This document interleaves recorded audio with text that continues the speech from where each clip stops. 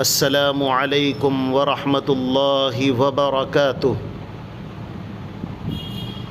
ہماری سیریز کا اگلا ویڈیو رسول اللہ صلی اللہ علیہ وسلم کے کھانے کے متعلق اسوہ حسنہ۔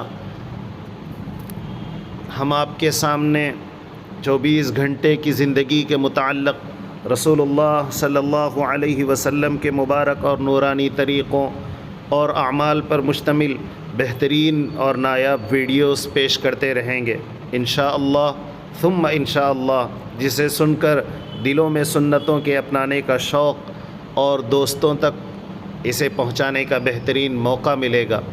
آج کی اس حدیث میں دائیں ہاتھ سے کھانا کھانا سنت ہے، اس کو بیان کیا گیا۔ رائٹ ہینڈ یعنی دائیں ہاتھ سے کھانا کھانا سنت ہے۔